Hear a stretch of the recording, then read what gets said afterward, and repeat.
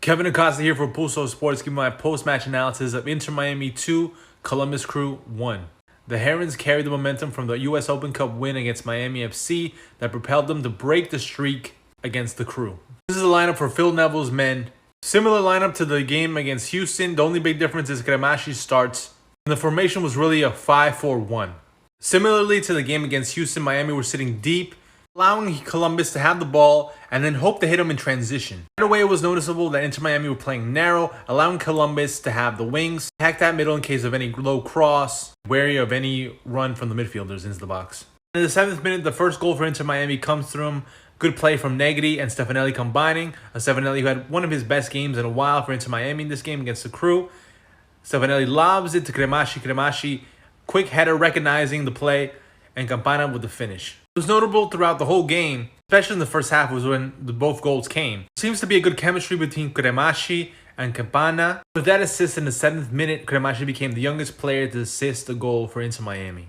The goal from the Columbus Crew in the 10th minute comes from the defenders being pinned back following the striker Matan, who had traded places with Cucho Hernandez, leaving Cucho space with the edge of the box, and the defenders giving way too much time to pick his angle for a goal. A player that wasn't as involved as others would have liked is Coco Jean, who based on his duties as a wingback was really helping. And he had been doing this even as a winger in other formations when they were in the 4-2-3-1 or even the 4-4-2 diamond, dropping back and helping Yedley on defense, having one tackle and winning 2 out of 3 duels. The defensive end, decent. Inter Miami finished that first half with 29% possession and 134 passes compared to the Crew's 327. It's clear that away from home, the transition game is going to be more of an option than the idea that Phil had for the team is more possession-based. Yet, the half saw the Herons with 7 shots on goal, 4 of those on target, resorting back to a formula that was more their bread and butter in the 2020 season. Before the rival Pozuelo, the team was much more in the transition side. Again, in Miami, we were able to create shots inside the box, none more clear than the goals that Campana had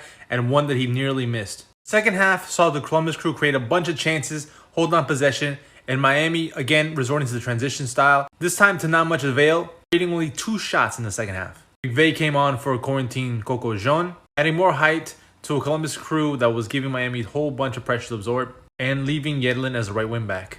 This is where Drake Callender came up big with 7 saves in the game. Also saw the building relationship of Kamal Miller and Christoph. Kamal Miller not only doing a good job covering the space that Negri usually leaves when he goes up in an attack. Miller finished the game with 6 clearances, 1 block shot, 3 interceptions, and 1 tackle. As well as Christoph with 7 clearances, 1 block shot, and 2 tackles. The major difference in this game was finishing the chances off that Miami had. And with the win taking some heat off Phil Neville, not only this win, but with the Open Cup as well. A big match against Atlanta on